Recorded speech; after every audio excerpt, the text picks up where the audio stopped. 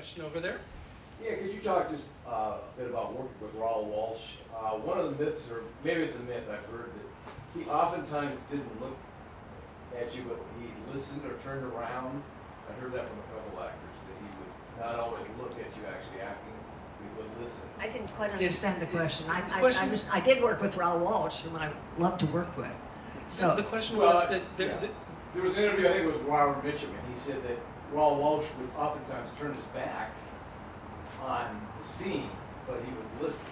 In other words, so he wasn't watching the scene. Is there any truth that he wouldn't watch the scene, but he would listen to it, like turn his back, so that he wasn't witnessing? well, you know, when you're rehearsing in the scene, you really don't look at Raoul Walsh. You don't look to see. You know, you don't look at the face. You're busy playing the scene. Yeah, Actresses, we all know that. You know, and so I really was not aware of that. I felt that he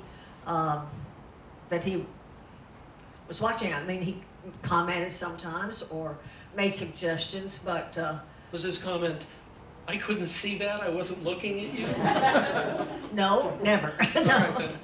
But at any rate, I loved working with him, and the movie that I worked in with Rock Hudson in the movie was called The Lawless Breed, and I had a wonderful part to play. I was a dance hall girl. I had a wonderful kind of off the I thought you shoulder. said you couldn't dance.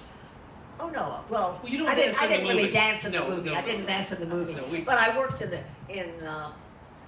the bar in the dance. It was You a- convinced us with your so- acting skill that you were a dance hall girl, Yeah. without actually And dancing. so I was serving up drinks and this and that and so on. And I had a wonderful time working with him. He was such a funny man. One day we had some actors who were kind of older guys, and they had like a white beard, and they were sitting up at the bar. And I was serving the drinks, and I think one of them was smoking like a little cigar or something, whatever.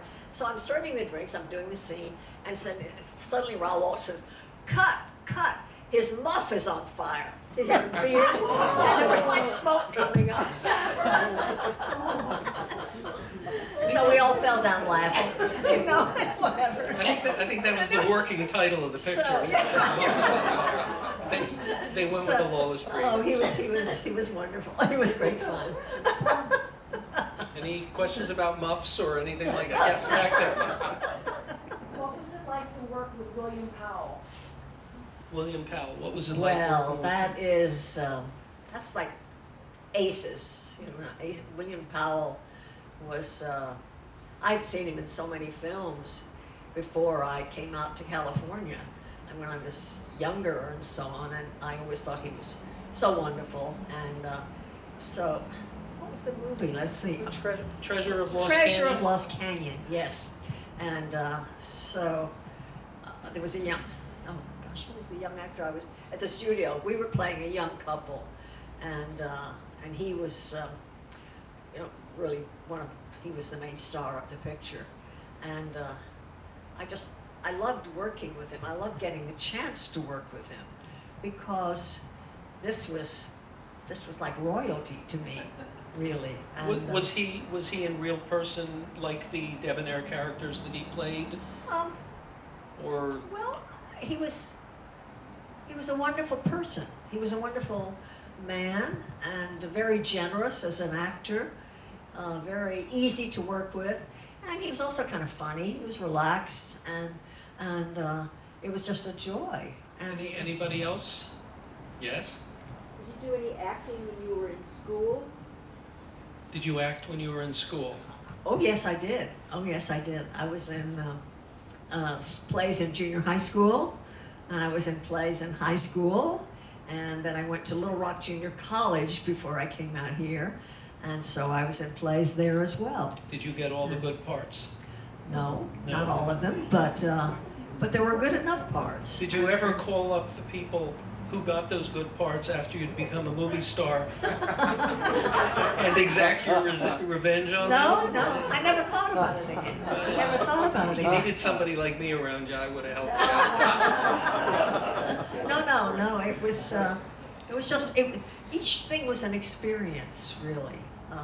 When you work in a play, It's an experience, and you learn by working with others. And if some people are better than others, of course, at performing, and some are not, and you just do the best you can, and you learn. If sometimes there's a good director in a school, you know, a drama director, and sometimes not so good.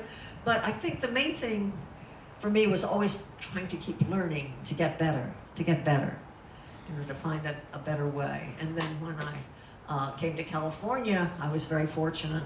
I found a coach after, you know, that I told you about, who changed my Southern accent. And Would you like to do the Southern accent for us? It's oh, really I amazing. don't think you all want to hear my Southern accent. You know, I really, it's kind of boring, you know, really.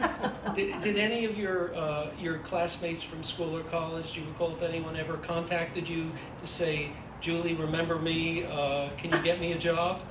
I mean, No, if I had a no. friend who had become a movie star, I certainly would have tried that. No, but I had friends when I came back, and you know, to Little Rock, and I would see them, and no, nobody seemed to be panting to be an actress or anything like that, or an actor. Julie So- recently received, was it the key to Little Rock and like a college degree? It's the Distinguished Alumni Award. Distinguished And- Alumni Award. She got a Now- college.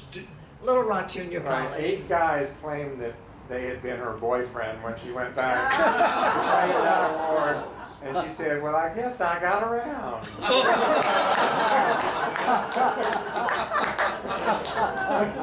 Eight, See, huh? I can use my Southern accent when I want to, you see. It comes in handy.